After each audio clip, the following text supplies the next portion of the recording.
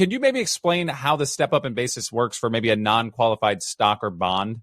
Yeah, step up in basis is something to deal with capital gains. So we were talking earlier about IRAs, and when you take money out of an IRA, it's going to be income taxable because that money has never been income taxed. It went in untaxed, stayed in there, all the dividends. And if you turn things over and had capital gains and all of that was never taxed. So then the rule is when it comes out, it's ordinary income and it's taxed at ordinary income rates. Now, what about stocks and bonds? Well, those are, if sold at a gain, are subject to capital gains.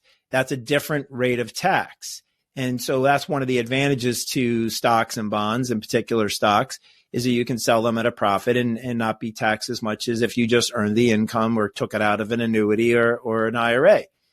Now, the step up in basis, it was a long way for me to just get to the point of your question there. But the step up in basis is those gains that have been unrecognized are still yet to be taxed, and a person dies, and then you are treated as though that was the day you bought the stock. So we joked about time of death on the TOD account, but when it comes to step up in basis, we actually say, what was the account worth when the person died? And then you sell it the next day. And let's say that there's no change in value the next day after they died. There's no capital gains. There's no tax. There's no capital gains tax. That's what the step up in basis does for you.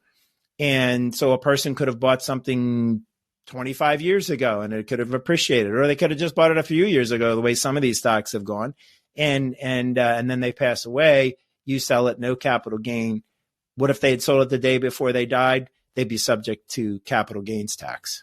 If the people you would name as your beneficiaries are important to you, it's important that you do good planning now. Get your successor owners, your contingent beneficiaries, not just the primary, in place.